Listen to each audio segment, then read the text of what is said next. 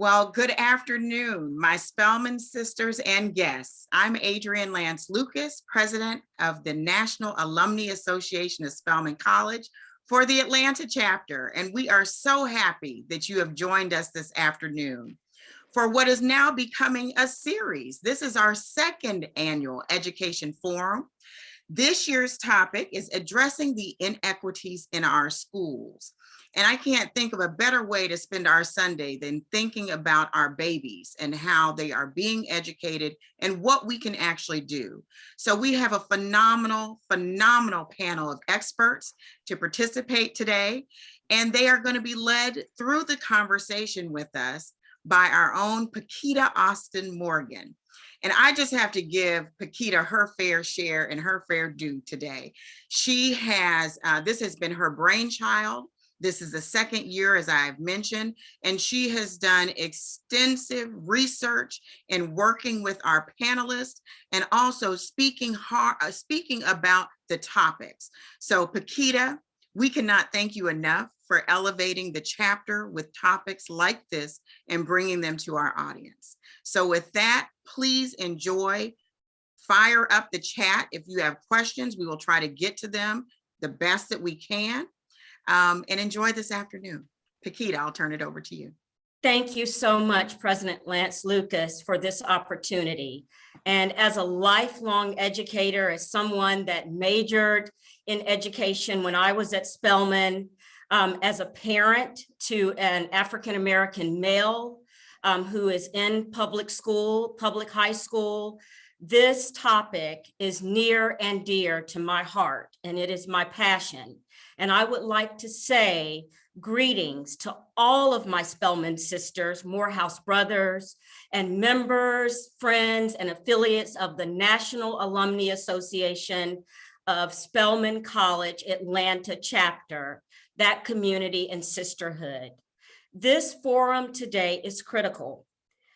As we know, education in our country has become highly politicized, and it's become high stakes for our children, teachers, and even parents.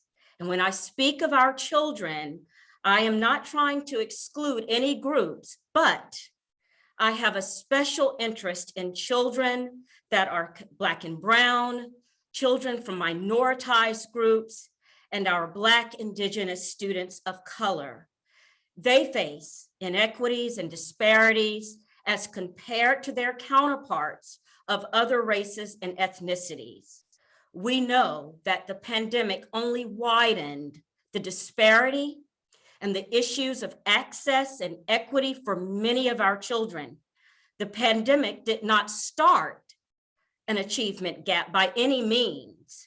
We know that an achievement gap existed well before the pandemic, but with the onset and continued effects of the pandemic, students of color, African-American students, have experienced even more gaps in achievement due to learning loss or unfinished learning.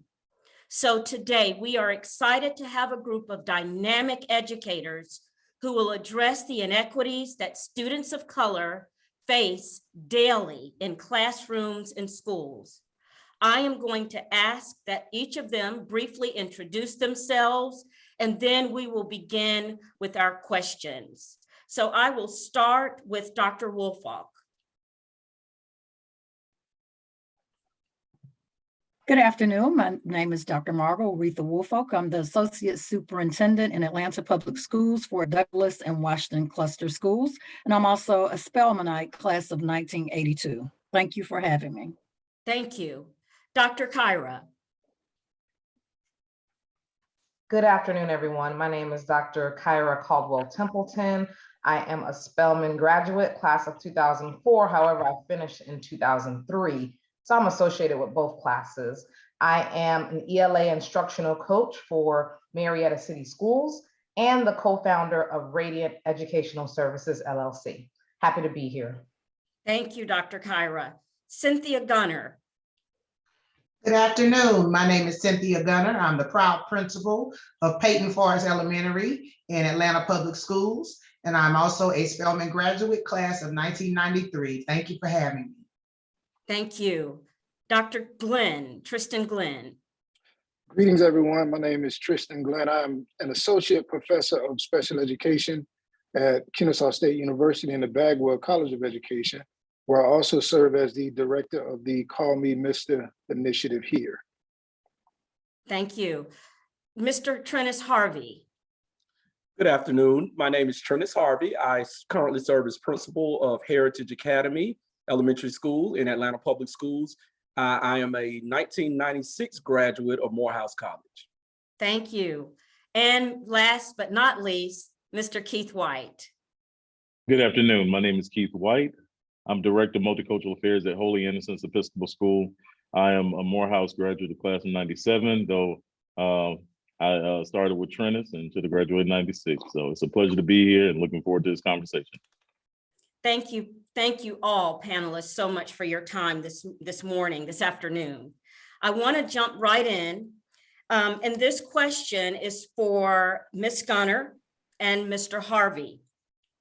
A possible running thread for today's discussion and a major concern for parents, teachers, and the larger community that will run throughout this forum today is this issue of learning loss as a result of the pandemic.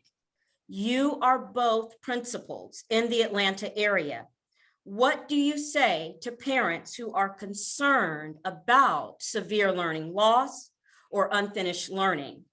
And what are some restorative practices that may help to mitigate this deficit in student achievement? Well, Cynthia, I'll let you go first. Ladies first. Okay, well, first, what we tell parents, one is breathe. And we have to first make sure that our children and our staff and our families are okay emotionally and psychologically. Before we can even get to the learning loss, there are a lot of emotional things that kind of are tied to the pandemic. And I think sometimes that they are kind of pushed to the side when we have these conversations about student achievement. We have a focus in Atlanta Public Schools now on the whole child. We focus on social emotional learning.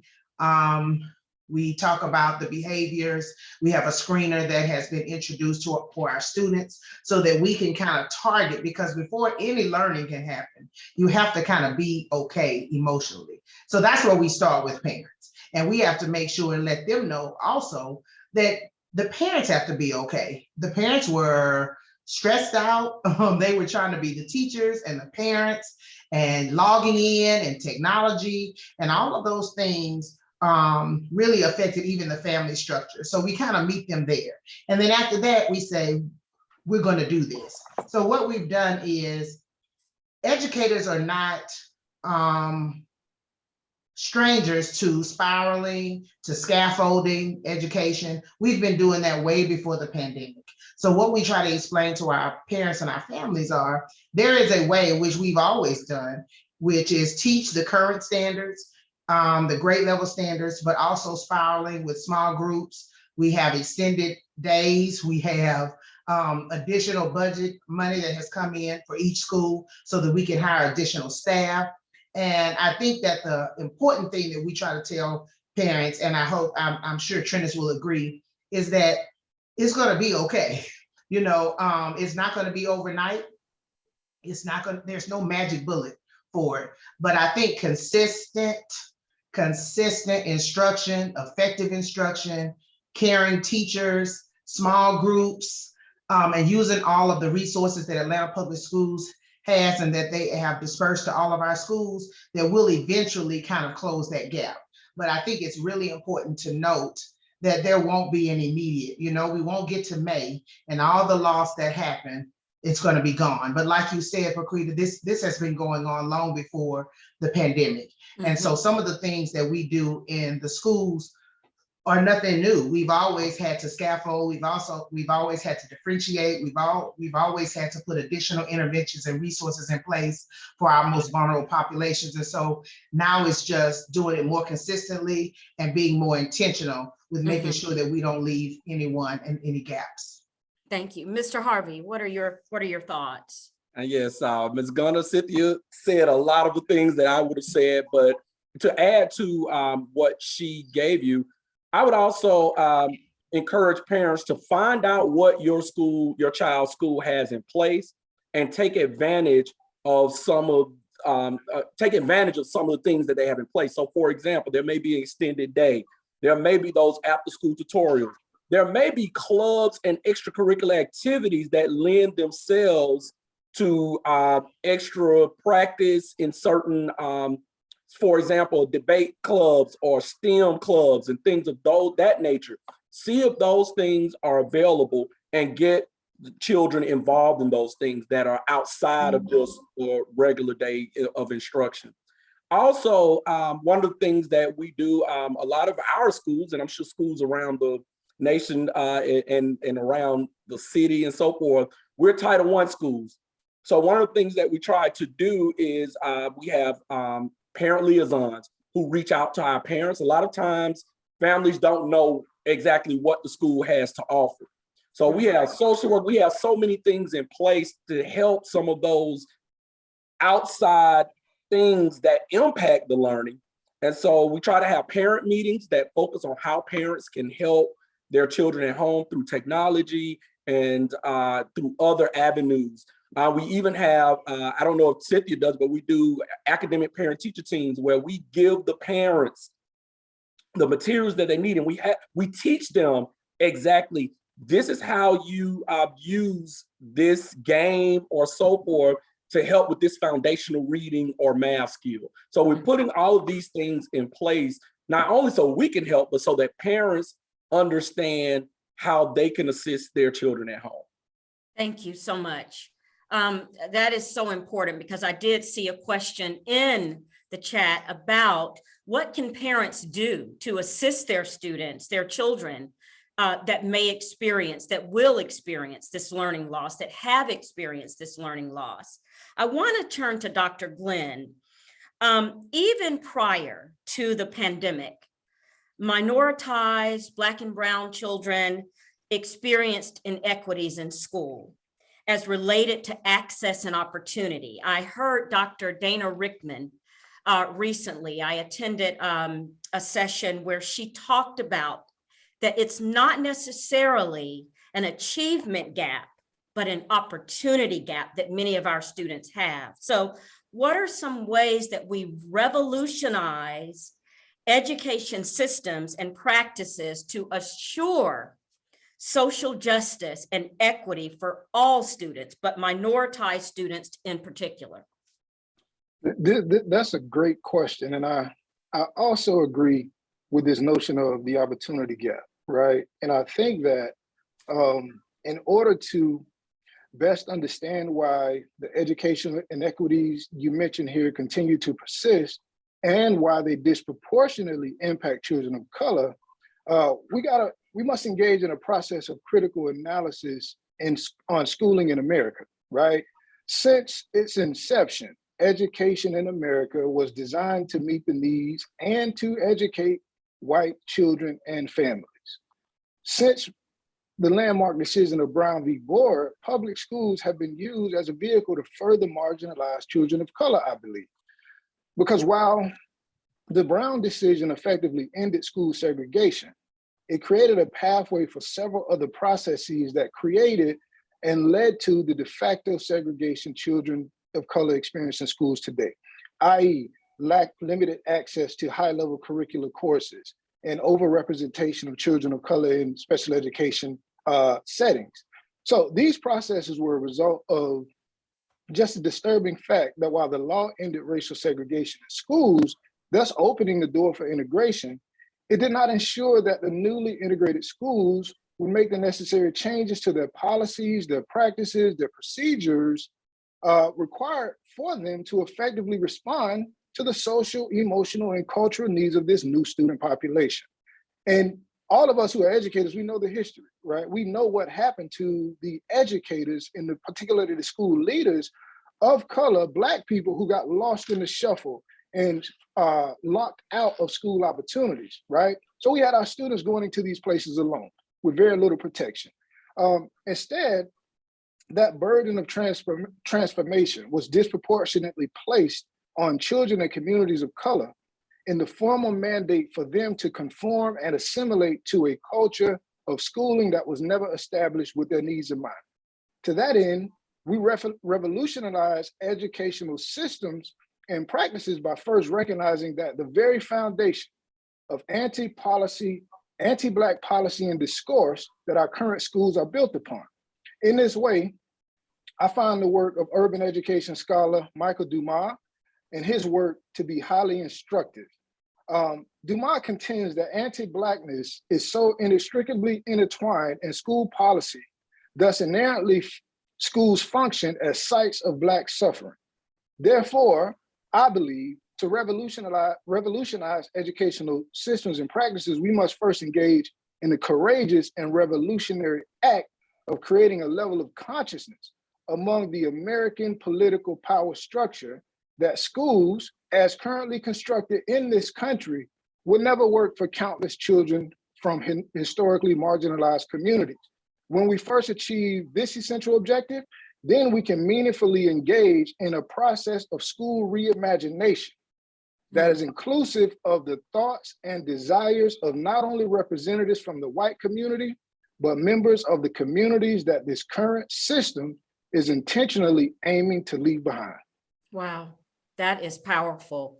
And you know, Dr. Glenn, I appreciate what you just said there at the end. Last year, the NAASC Atlanta chapter hosted, as President Lance Lucas mentioned, our first education forum. And last year we had the distinct pleasure of having Sister Superintendent, Dr. Lisa Herring, who is the superintendent of the Atlanta Public School System, as our one of our keynote speakers last year. And she talked about what you just said, reimagining education, reimagining schooling.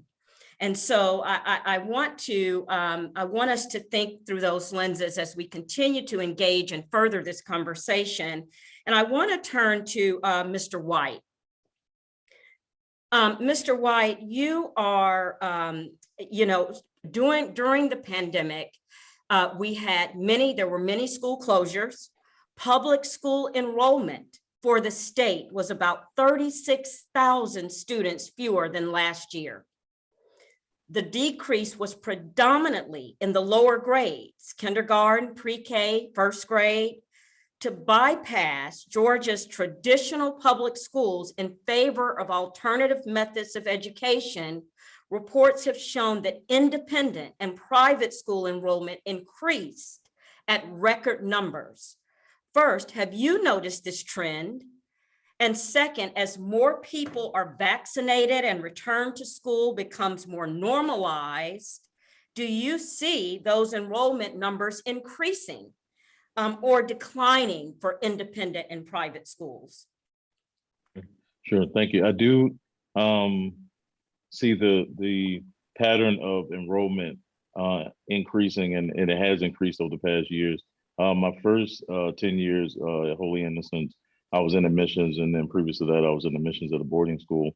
And part of the reason that you saw the increase is that there were, quite frankly, some parents that recognized that their kids learn better in person. There were others that recognized that their children learn better online. And so you also saw an uptick of enrollment in online schools and virtual schools. And that's something that a lot of people don't necessarily talk about.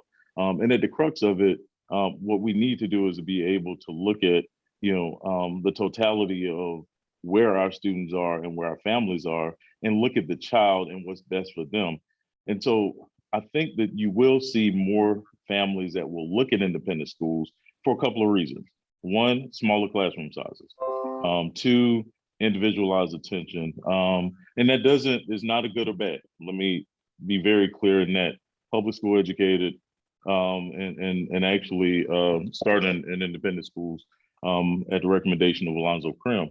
But, you know, there are families who recognize that they want their students to be able to go in person. And for a lot of schools nationally, that wasn't the case, and they didn't have that ability to do that because their districts decided to stay virtual or to go to a model where they might only go to school 3 to 4 days out the week, and sometimes 2 days a week, depending on the school system. Where it hurts my heart is you have achievement gaps because students were not getting educated consistently and did not have the instruction time and the ability to do what they need to do academically and have the support they needed. And they weren't able to have systems in place to differentiate the ability to teach to them, to their learning styles and their abilities, but then to also supplement and augment what we need to do as educators to help the students be fully present and be the best students that they needed to be. So absolutely, you know, there probably will be an increase for students at independent schools. But I think the other piece of it is we need to look at the students that have been lost, that haven't shown back up at schools, because, you know, that right there is also is a problem we're going to have to address and face as a society and as a community. They haven't just gone away. So the reality is, even though I work in an independent school, I still have my ears to the ground and recognize that my brothers and sisters in public schools can look at a role and recognize that a list and number of students aren't at school anymore. And there is an inequity because our community has been impacted in different ways by the pandemic. And so there have been families that have been devastated by COVID and haven't been able to get their footing and their grounding. There have been students that have been disenfranchised. And it's something that we all have to come together and recognize that we need to put the students first. And as Dr. Glenn said, reimagine what we need to do, public and private, and look at systems and putting systems in place to protect our babies. Thank you so much. And I think I read in 2020 to 2021, during the 2020-2021 school year, about 3 million students were not in school. I mean, not in school at all, not showing up. And that is alarming. That's disturbing. And I would be curious as to what percentage of those students, and I can only surmise a large percentage, were students from minoritized groups. Dr. Kyra and Dr. Glenn, a devastating result of inequities that our students face is the insulation of a school to prison pipeline. Is this pipeline real? And if so, when we look at what's going on with the climate of our city, of Atlanta, the high crime rate that we're experiencing, this public school to prison pipeline is very important. It's important to watch. So the two of you, I would just like you to speak. Dr. Kyra, we'll start with you. Is this pipeline real? And if so, what fuels the school to prison pipeline, and how can schools or education systems defuel this pipeline? Thank you. I think the school to prison pipeline is real, right? So false assumptions, mischaracterizations of Black and brown children, it fuels the pipeline. Misdirected and selfish politics also fuel this pipeline. We know it's all about money, right? And personal gain. So what can be done? Effort and dollars into restorative practices in schools that include training for administrators, for teachers. Integrated programs that focus on social emotional learning is needed in order to refuel this pipeline. School policy must be reviewed and must be revised to ensure equity within our discipline practices. So instead of hiring more SROs, for those that are not in the educational field, we're talking about school resource officers. I think we should invest in additional counselors, or external resources for professional development geared towards helping teachers and administrators identify and address their internal biases that are linked to how they view specific students based on their race, their economic status, etc. Schools need to really get to the core of the misbehavior and focus on repair instead of removal. Our students are not disposable. I've been doing some research about community schools and really thinking about how we can reimagine schools. I'm hearing that word a lot, where these community schools are the focus of that one community, and they bring all the resources that we can imagine one may need, right? So doctors and nurses to address the health, the physical health, the mental health, resources for food, parent centers for our parents to come in and do, look for jobs, do schoolwork, whatever they need to do. And also, I think it was mentioned earlier, partnering with parents to really equip them with what they need in order to support their students in the home. Thank you. Thank you, Dr. Kyra. Dr. Glenn.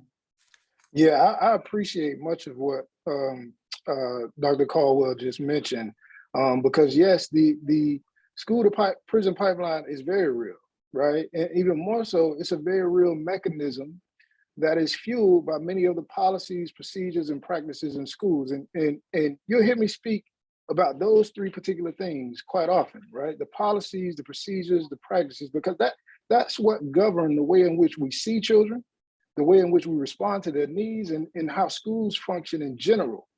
For instance, when we think about these policies, practices, and procedures, children of color often lack access to quality learning opportunities, are disciplined at higher rates, are more frequently removed from the learning environment, are disproportionately referred for special education services, and thus graduate at lower rates than their peers, right? Those things do not occur by happenstance, right? The policies fuel those decisions and often provide safe cover to teachers, administrators, and school districts at large in regards to supporting the things that they do, right? So when challenged on those outcomes, it's the policies, right? We have procedures in place. We're just following the policies, right? So as these outcomes are put, the reason why it's important to consider that, because those outcomes are all potential antecedents to an individual being subjected to a lived experience that predisposes them to make choices that result in landing them in prison, right? Because we know who's disproportionately impacted: children of color, children from under-resourced communities, right? So when we return an individual back into those communities without the knowledge, skills, and dispositions needed to chart a course of success for them and those who they care for, we understand the type of unhealthy decisions that may emerge. So to eradicate this pipeline, we must acknowledge its existence, right? We're doing so here today, right? But I think that I don't believe that overwhelmingly the school system is willing to acknowledge the existence of the school to prison pipeline and their role in its maintenance. This acknowledgement, I hope, will result in a dismantling of the policies and critiques and a critique of the discourses that are rife with anti-Blackness and anti-otherness, right, in schools today. So for me, I absolutely believe, I understand, and I think that when we reach the middle school age, that's when that opportunity is kicked into high gear, right? I was involved in a parent-teacher conference just last Wednesday in support of a family of color, of a young Black boy who I can see these intentional mechanisms setting the stage for him without appropriate intervention, care, and support to be another statistic, another individual that is traversing that school to prison pipeline. Wow. Thank you. Thank you both. Goodness. It is disturbing. And Dr. Woolfolk, I'll turn to you as the associate superintendent in a major school district, urban school district. You work with school systems, smaller school systems or school communities.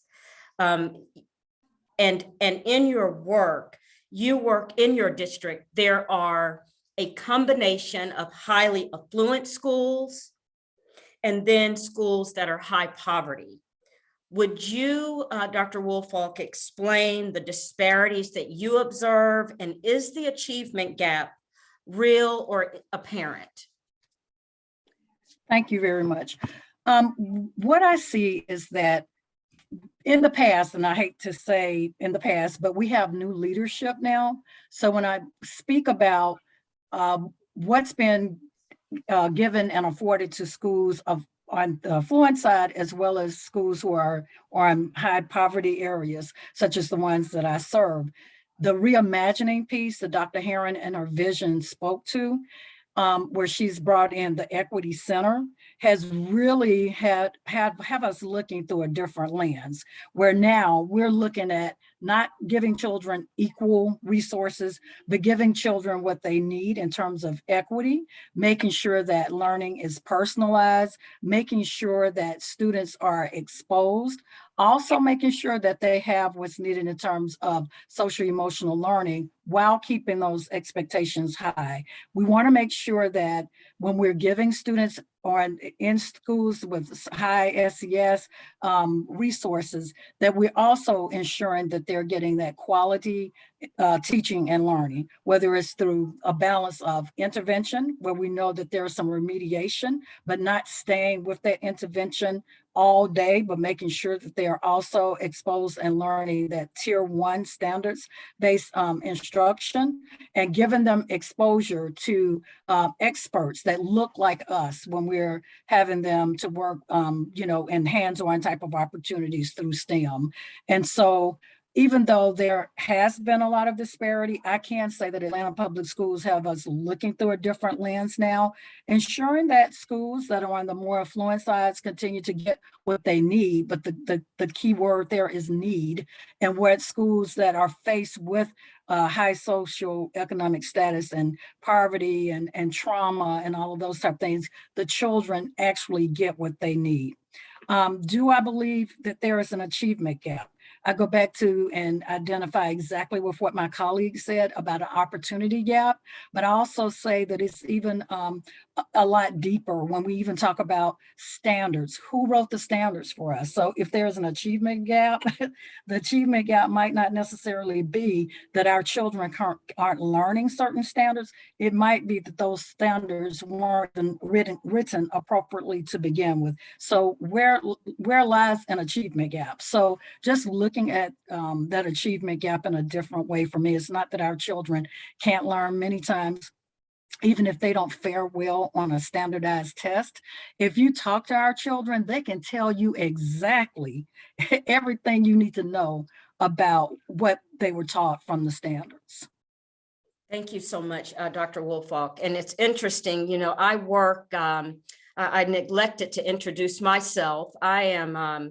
I work for the Georgia Professional Standards Commission. And so I am part of my job is to author standards. And so one of the things that I love what you just mentioned, because you're right. What we see sometimes is there are biases in the standards, inherent in the standards.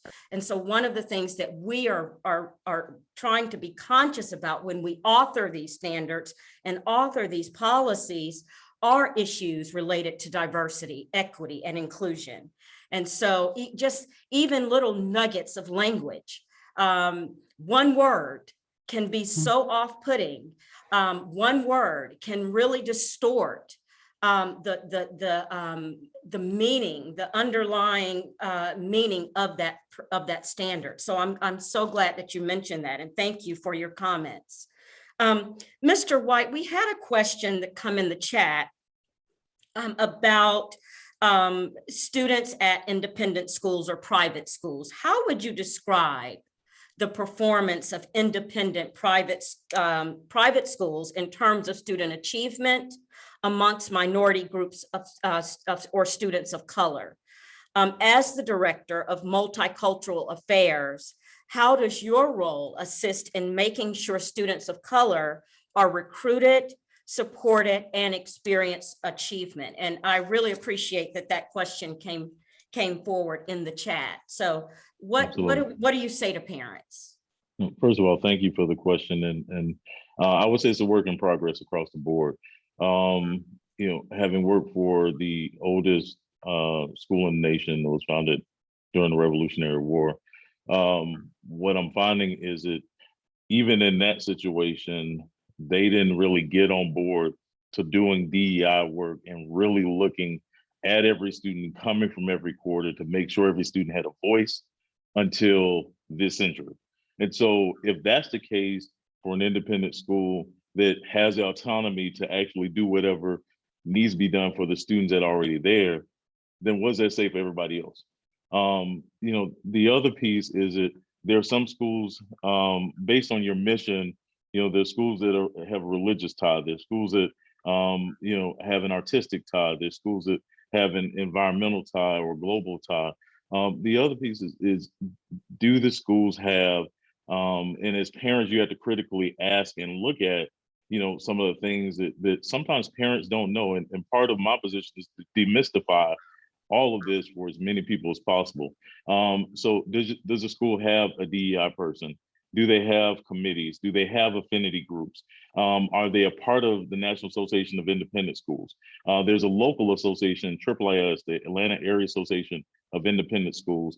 And part of my job is, as a person that sits on an admissions committee, is to actually make sure that there are policies and procedures in place with our admissions folks to look at inequities and systems and practices that might be counterintuitive to what we say we're supposed to do as for instance, an Episcopal school. So we want to make sure that if a student is, and we had a situation like this a few years ago, a student was homeschooled and there were some grumblings, but what we had to do is actually step back and look at the implicit bias we had towards homeschool as opposed to someone that came from E Rivers, Sarah Smith, or a neighborhood school in the Buckhead area. The other piece to it as a diversity practitioner is making sure that, again, every student has a voice. So, I work with school programs like the Odyssey program that works with APS as well as private schools. Marist has Reach for Excellence that work with public schools to help work with the educational gaps that some students may have. Breakthrough Atlanta, Breakthrough Collaborative over at Lovett. So there's a public and private partnership there. And it's important to note because a lot of times people feel like if you're in an independent school, you're against private school, or if you're in a private school, you're against public schools. It's not that. At the end of the day, we have to make sure that our students are ready to change the world and be change agents by any means necessary. And so if they need to spend 6 weeks on one of our campuses to fill some of those gaps that they've had because they haven't been in class, that's there for them. The other thing that I would mention as a diversity practitioner is making sure that folks understand the affordability, and the admissions officers will do that as well. And I tell our students and our parents all the time, you wouldn't go into a game without knowing the rules. So know the rules of the game before you get in it. So a lot of times people will flippantly say, oh, my child has a scholarship to whatever. That's not the case. In Atlanta schools, we give need-based financial aid based on demonstrated need.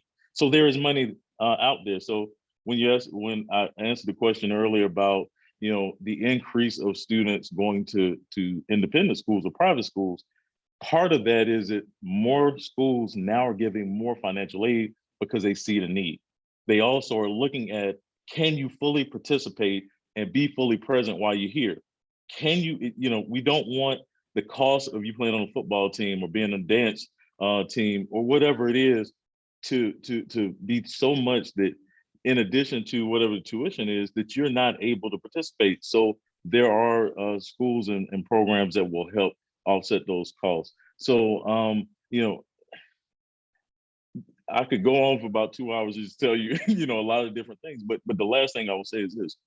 At the end of the day, one of the reasons why Dr. Krim asked me, or encouraged me rather, to go to an independent school, he said, Keith, those kids need to see somebody like you too. Not that I don't want you in APS, but he said if some of our best and brightest, which he sent some when he was superintendent of Atlanta Public Schools to independent schools, he said, if we send them there and they don't have anybody to encourage them, they don't have anybody to help them to understand who they are and whose they are in the moment that they will change the world, then, what are we doing? So a part of my job is to make sure that on the back end, they have an adequate college application or college list, that they have scholarship opportunities, understand those opportunities, whether it's the Gates Millennium or even looking at local fraternities and sororities. And we actually just had an HBCU session with some folks from Morehouse and Spelman, as well as our parents who are HBCU alums and some of our students. We have a Spelman alum that's a sophomore this year that was on campus to help them understand just because you go to a PWI does not mean that you cannot go to a HBCU. That is a viable choice, and you have to make sure that you look at all of your options in the process. Wow, thank you so much. Thank you, Mr. White. I appreciate that. I want to turn, and we're about coming to the close of this forum, and I hate it because the conversation has been so rich. But I want to ask this question. I'm trying to get as many questions in as possible. Dr. Woolfolk, Ms. Goner, and Dr. Kyra, as graduates of Spelman College, the education of women and girls is critical. What inequities do girls continue to face in schools? Do you see dramatic achievement gaps between Black and brown girls and their white counterparts? And how do schools do a better job of educating girls, particularly when our girls are faced with images in social media, on television, in videos, and reality television that hyper promote body image and sexuality, placing education as secondary or unnecessary? I will say that I definitely see the inequities with our Black and brown girls. I'm being the principal of an elementary school. Oftentimes people think those problems begin like middle and high school, but in the world of social media, as young as 7 years old, the pressures begin for our young ladies. And I think that it is imperative as young as possible. I know that in our elementary schools and at Peyton Forest, we are very, very intentional with trying to build self-esteem in our girls, because that's where it starts. How you see yourself, what you think you deserve, what you think you can do, feeling empowered. I think one of those is seeing yourself. I always say you can't be what you can't see. So if you go into our school, you see images of our girls all over the walls, because I feel like subconsciously they have to see I am beautiful without everybody having to say it all the time. It's these subconscious images. So we're trying to circumvent all of those social media things that these girls see that they think they have to be. And so we kind of start with imagery, and then we do dance therapy. And then another thing also is when we start talking about our science clubs and our math clubs and all of those things that are traditionally led predominantly by boys, that we are intentional with tapping our girls in terms of math and technology and science, that they see themselves, right? Once again, you can't be what you can't see. So what female scientists and technology people now, people that look like them, even now during Black History Month, I always tell my staff that we have to be cognizant that when we are celebrating, the girls need to see people that look like them right now at their age who are making a difference.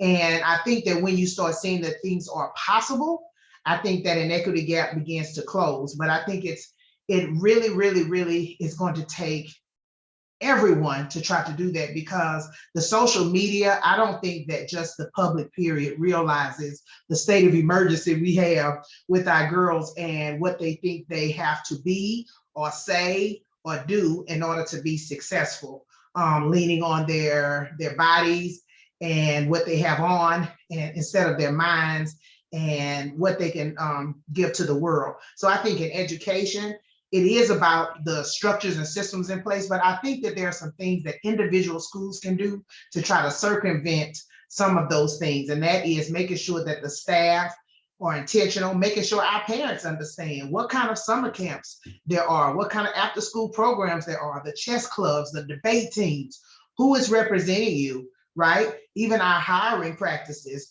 who are in our schools, right? What kind of talents that we bring to our girls so that they can see that things are possible? What kind of community resources can we bring into our schools so that our girls as young as kindergarten, first and second grade, they don't know anything else but the limitless possibilities that are in front of them. And I think that even while we wait and while we work on these huge structural umbrellas, I think there's some individual things that public and independent schools can do. And I think that's just being intentional with the support that we give our girls.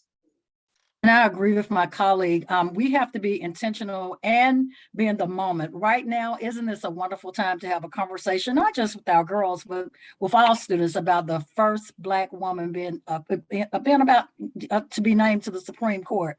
When you're talking about the Vice President of the United States, Kamala Harris. So having them to see, just as you spoke to, Ms. Garner, that this could be you. This is how they all started out: kindergarten, second grade, fourth grade, whatever.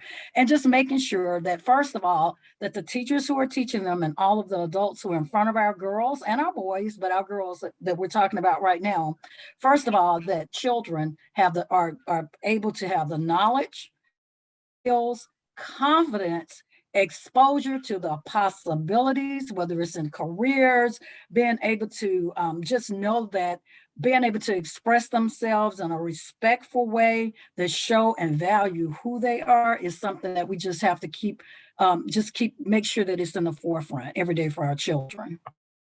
Thank you. Dr. Kyra. Well, Close they us said out. a lot, yeah, for sure.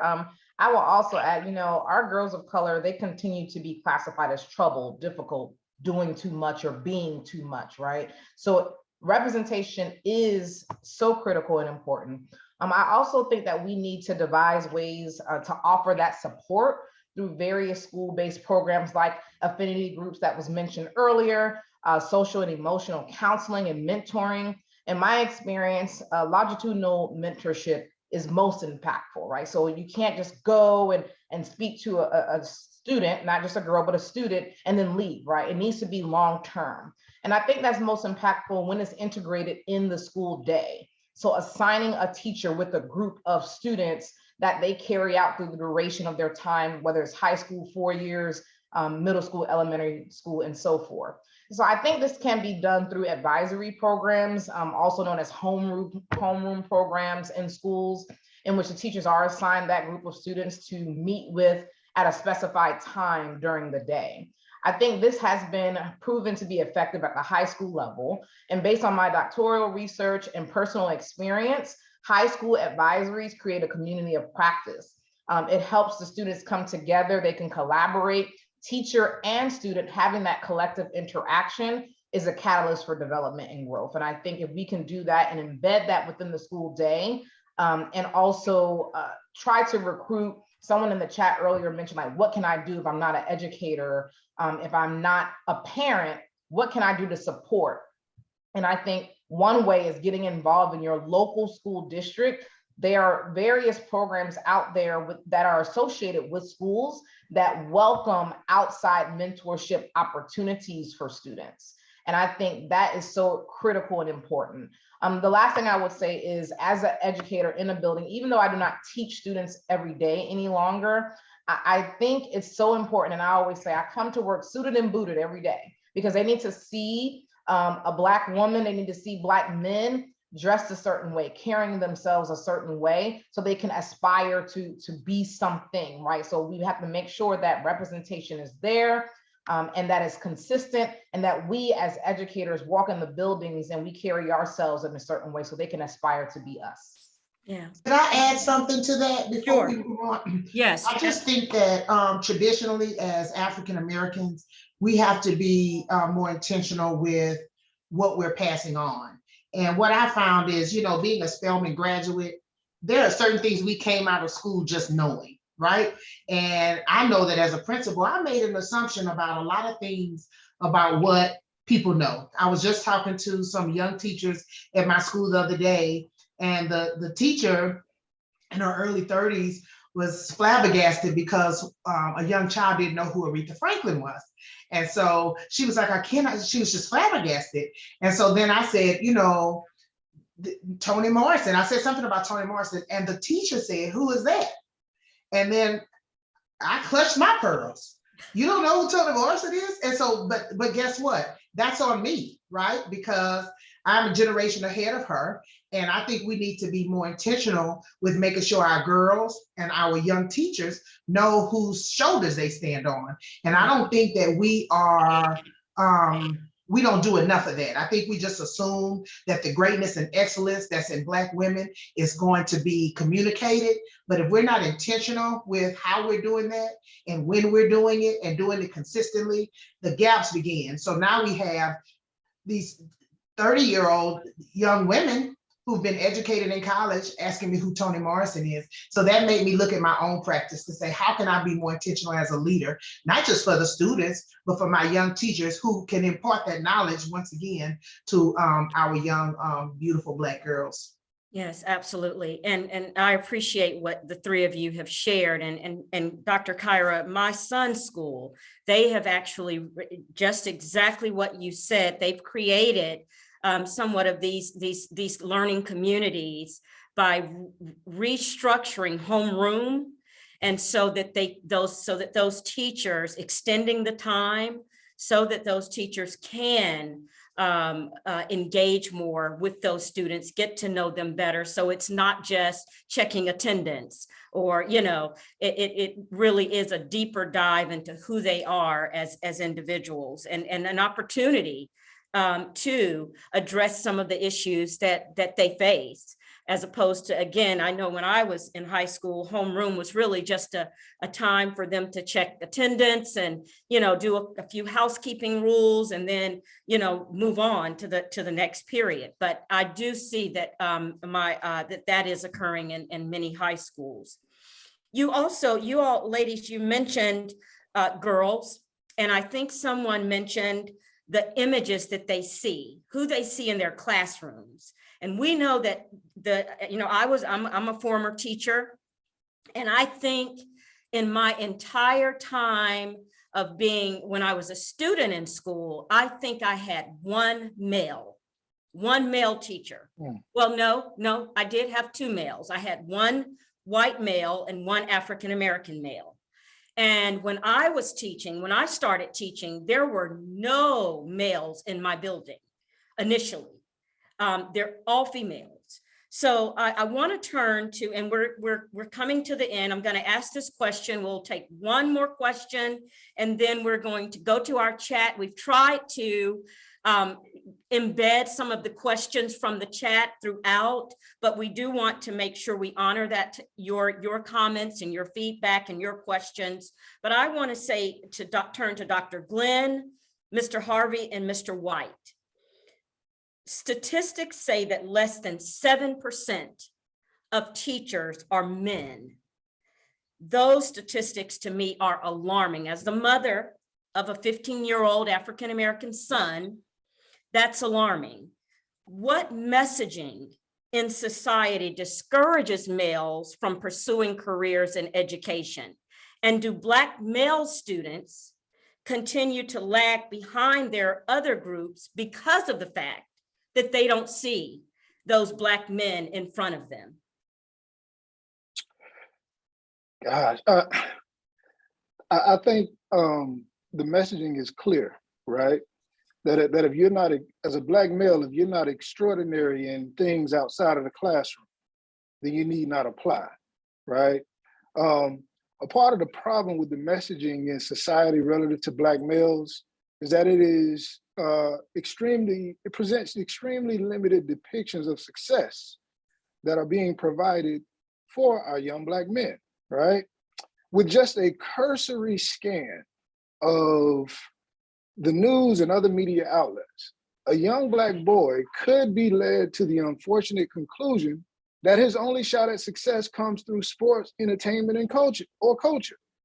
This is very problematic because such a narrative obfuscates the extraordinary talents and abilities of the men being presented as representations of success for our young boys. and thus could lead them to an unrealistic understanding of what it actually takes to achieve such heights. I recruit in local school districts, all of the local districts. I've established partnerships. I go out to college and career fairs, and it is disappointing at times hearing these young men articulate their aspirations, right? But I believe this is intentional, Dr. Morgan. I believe it is very intentional and serves as a distraction and contributes significantly to this lag that you referenced.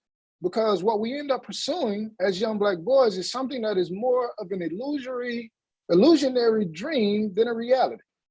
So if schools were to embrace young Black boys in their full Black maleness and actually give them the freedom to be and to dream, we just may see them exploring teaching and a host of other professions that do not require us to be among the less than 1% of extraordinary individuals that become successful in sports, entertainment, or culture.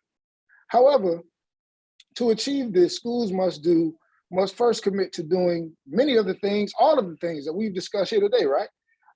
Moreover, we must push schools to be what they've always pretended to be for children of color at large and young Black men in particular. And that is places that endeavor to educate them while ensuring their care, welfare, safety, and security. And those of us who spent 5 minutes in the classroom understand that that is our fundamental goal, right? Before we teach anything, we must ensure the care, welfare, safety, and security of the children who we've been entrusted with.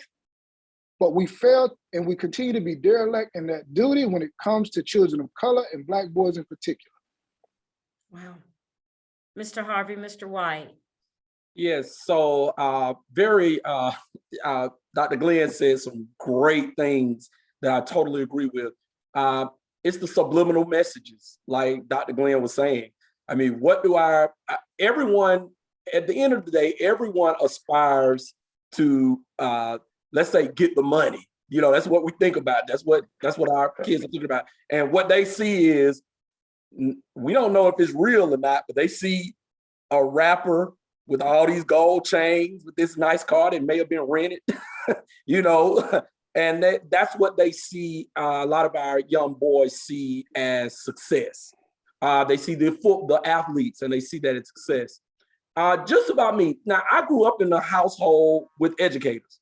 My mother worked in APS for 34 years.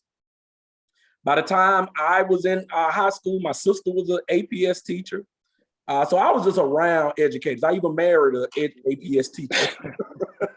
So educators were around me. But guess what? When I went to college, I didn't want to be a teacher. I wasn't thinking about being a teacher.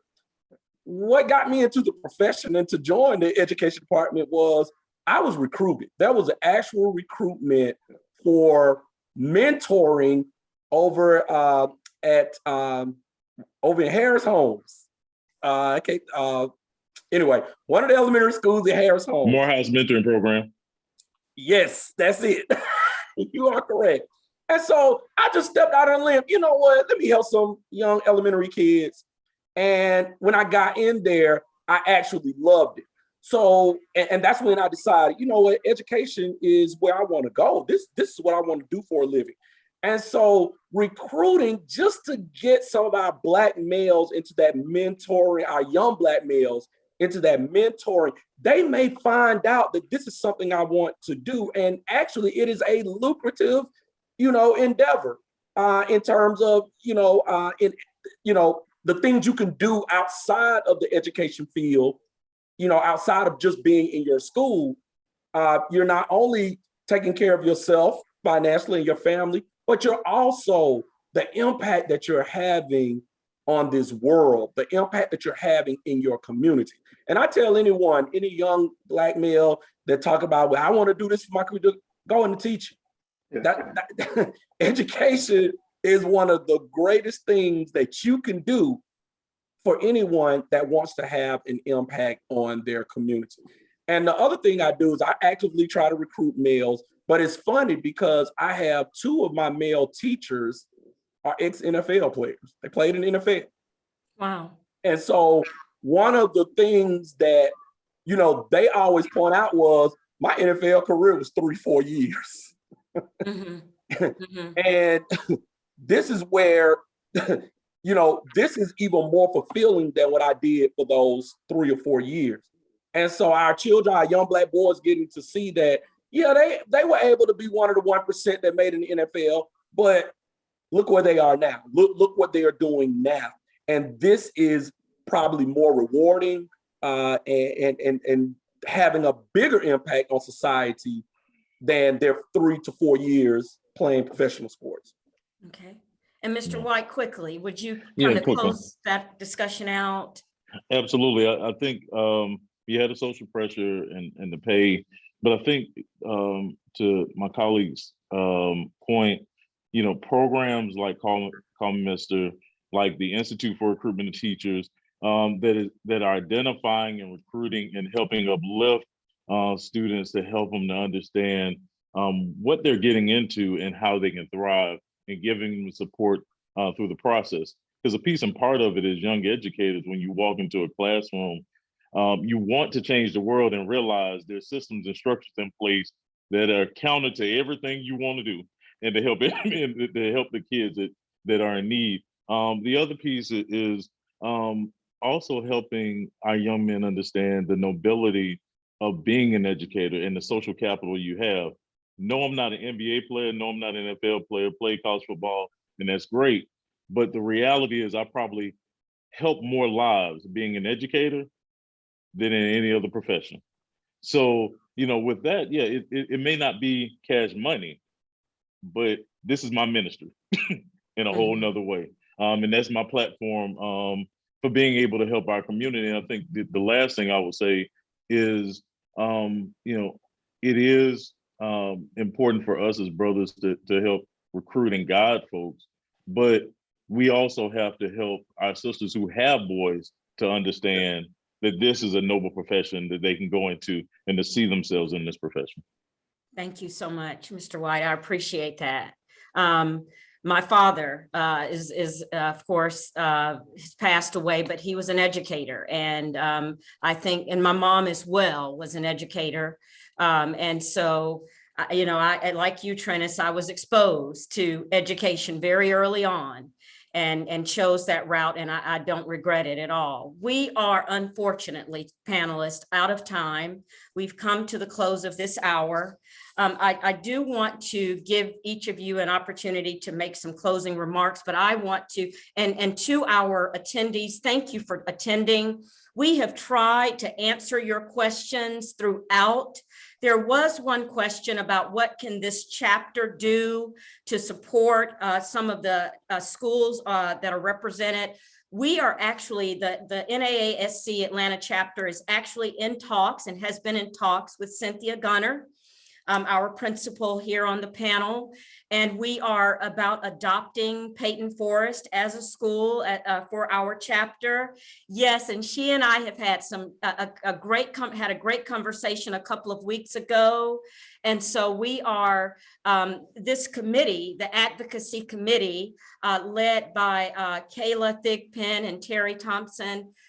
We are pulling some resources together to support Peyton Forest, to partner, engage in that partnership between the NAASC Atlanta chapter and Peyton Forest. Cynthia Gunner, thank you for allowing us to do that. So we are excited about what we can do as you all close out this school year.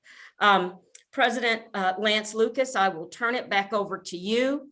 Thank you again for this opportunity. What an outstanding session. And we've heard so much and learned so much from a statistical standpoint. We've heard how we can actually engage and interact. And one of the things that came to my mind is you talked about, losing 3 million students, just not going back to school, is we all know, family members, folks in our community, encourage them. When you see young people on the street that are not in school or should be on a Zoom, ask them what's going on. We need to go back to some of our fundamentals too, reimagine our communities to make sure that we are doing our part to ensure that our young people succeed. So I want to thank you again, Paquita, for the outstanding work that you have done. Thank you to all of our panelists. To Cynthia, we are looking forward to participating with your institution, and it does not fall short on us that it has to be something long-term in order for it to be sustainable and have that impact. So members of NAASC, if you're out there, let's start signing up and considering how we can participate, either by being a member of the Social Action and Advocacy Committee or working directly with community service so that we can have a hands-on approach to addressing our students. So if you are not a member of NAASC Atlanta, we are still looking for 500 members. We are at 400. We only have a little bit more to go. So if you want to hear and take advantage of more outstanding programming like this, please join us. You can visit naascatlanta.org and go to membership and sign up. Our next general body meeting will be next Saturday at 2 p.m. And we will hear from Spelman's provost about some of these same issues that they're wrestling with on the higher ed side. So Paquita, I'm going to let each of them say one more word to close this out, and we will allow everyone to get back to their Sunday. Thank you all so much for your participation. Thank you so much, Madam President. And I am going to, as President Lance Lucas said, if we could close out with this thought. Currently, as I mentioned, there are anti-Black classroom censorship bills debated in Georgia that are targeting the removal of culturally relevant content. Please share your thoughts on this topic as we close out briefly. And Dr. Woolfolk, we'll start with you. Thank you so much. First of all, when I think about all of the political talk around critical race theory, it lets me know that that people who are against critical race theory, first of all, don't have a really good understanding of what it is. They're very fearful, and they're also worried that the powers that were put in place are now about to be shaken, from them. And so that's why I really love this forum, because even though that's being done, we can collectively work together to make sure that our children in our schools get what they need. So thank you so much. Thank you. Dr. Kyra? I wish we have more time to discuss this topic, because it definitely pings me a certain way, because a lot of times that word or that phrase is misused and misunderstood. And so I'm going to just stop there and just say, a friend of mine sent me a video. It was a talk by Carol Dweck. And if you're not familiar with her, she does a lot of research about mindset. And she discussed this concept of not yet. So we were talking about reimagining education, looking at the gaps that exist and how can we catch our students up. And I want us to consider to think about the not yet as we assess students. That we consider providing meaningful feedback and give them a grade of not yet, because this then supports this growth mindset and does not close off the potential or the desire for students to improve and try again. So thank you again for the opportunity, and I'm happy to continue this conversation offline. Thank you so much, Dr. Kyra. Cynthia, Ms. Gunner, I'm sorry. I just want to say thank you, first of all, for all the support. I'm so excited to be partnering, and Peyton Forest will be better because of it. But I just want to say that representation truly matters. And I think that sometimes listening to the news, those who are watching this, the panelists, it is very easy to start to feel hopeless and helpless. But I just want to assure everyone who is participating in this that there are a lot of minority African-American leaders and teachers who come in every day committed to making sure that our children have what they need and that they have a limitless life. And so representation is important. And so we go in every single day trying to make sure that our children are exposed and that they see themselves in the curriculum and the actions and behaviors in every school. So all is not lost. And believe us when we say we do it every single day. It's our purpose. It's not a burden, it's a blessing. I say every single day, and it's going to be okay. Thank you. So thank you for having me. Thank you. Mr. White. Thank you. I want to thank the panelists and all those who attended. What I recognize is this, that 65% of the jobs that our children will have not been created. So let's think about it. 65% of the jobs our children haven't been created, which means that when we talk about reimagining, we talk about relooking and understanding who we are and whose we are, our students don't need more of the same, which is a constructed system that has allowed for them to be stifled and not be engaged, to be their full selves. So at the end of the day, with all these bills and all this chatter, it's a distraction. It's a distraction from us to be able to do the business we need to do to be able to help our children to be in position to create jobs, to sustain themselves, and to uplift our community in the way they need to uplift it. So I'm encouraged because I know that they're kids who know and aren't worried about buzzwords, and we can choose all of them. But what they want is for us to show up and show out so that they can actually get the skills so that they can be better than we are. And that's all it's about. Thank you, Mr. White. I appreciate that. Mr. Harvey? Yes. So I on my spare time, I love history. Read it all the time, read biographies, autobiographies. I just like to see how did we end up here. So one thing I want to say about critical race theory is, number one, it's a buzzword. It's being thrown out because a majority of people in our country don't read, they listen. And it's about what they hear. And so the loudest voice is the one that gets the masses going. And so I can guarantee you that we teach history. We have never taught I have never taught critical race theory. Never taught anyone that of their color of their skin, that they're innately bad because of something their predecessors did. But I do teach history, and I teach history the way, it actually happened without sugarcoating it. And so I think with that critical race theory, like you said, it's a buzzword to get a certain political, it's all politics to get them going, to bring people out to the polls. And so I don't think it's anything for us to worry about, because when we're talking about, I'm saying in terms of, we got to worry about the bill now, we got to worry about that. But in terms of your children or children being indoctrinated that, certain people are because, you are African-American, or you're white, or you're Hispanic, because of what your predecessors did, that means that burden and that yoke is on you. No, that is not what we do. And so I want to thank everyone for allowing me to be a part of the panel. I've just got some great information for myself. It's made me have some aha moments as a practitioner on a daily basis. So thank you, Paquita, for inviting me to be a part of this, and just excited to continue this work. Thank you, Mr. Harvey, and I appreciate your perspective. And then lastly, Dr. Glenn.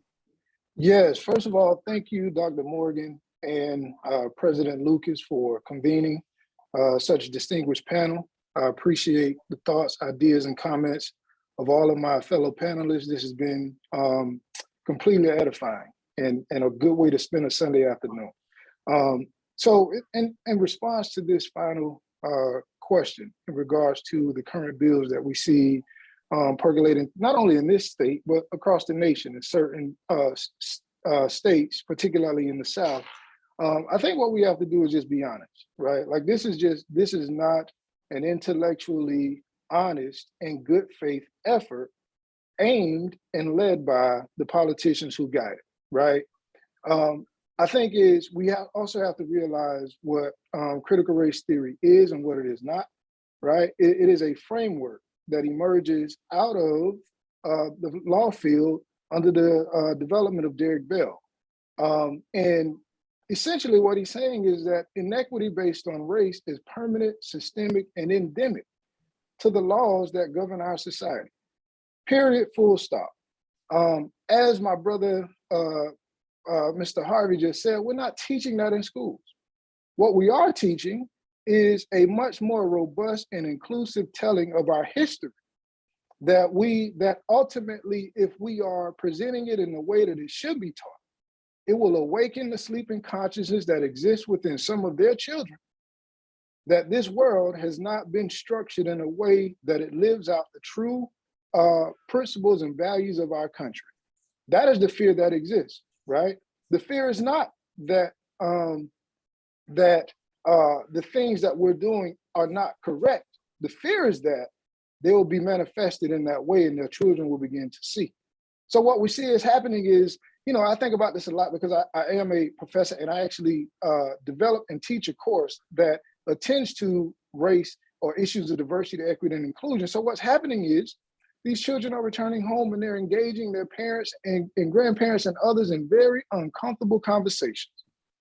And as opposed to them listening and being responsible and being willing to acknowledge that this country is fundamentally inequitable and privileges some while privileges a few while continually oppressing and marginalize the masses, they are more apt and willing to have this bad faith effort that only serves to confuse and then fuel those individuals who lack the knowledge, skills, and dispositions to engage in a critical conversation that can lead to much of the reimagination that we talked about here today.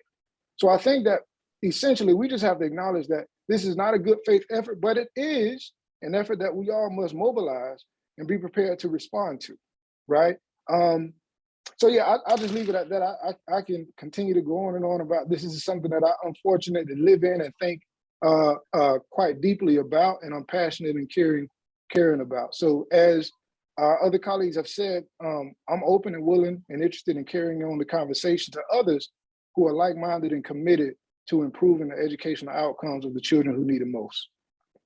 Thank you so much, Dr. Glenn. And so I will just close out by saying, when we think about this anti-Black classroom censorship, we have to get in something that President Lance Lucas encourages us all the time to do. We've got to start writing bills. We've got to start being a part of that authoring that legislation. And so I am going to pitch it back to President Lance Lucas to close us out with another announcement really tied to this topic that we closed out on. So thank you so much, panelists. Thank you, attendees. President Lance Lucas. Thank you, Paquita. And the only thing else that we want to say is set your calendar for next week. March the 3rd is Spelman Day at the Capitol. In years past, we go and it was a photo op, right? It's a photo opportunity to be with the governor, but we really need to make sure that you're hearing, number one, about the budget, how the changes in these bills are going to impact the budget, specifically tied to education. You'll also hear legislative issues related to higher education. There'll be an expert there from the Georgia Budget and Policy Institute, as well as healthcare. So those are just some of the issues, but you'll also have an opportunity to meet and greet your legislators at the end of that session. So again, it's March 3rd, 11 a.m. Check NAASCAtlanta.org events to register, okay? That really does it, y'all. We are done. It has been outstanding. Again, thank you to our panelists, and Paquita, excellent, excellent job. We'll see you next year for the Education Forum. Take care. Thank you.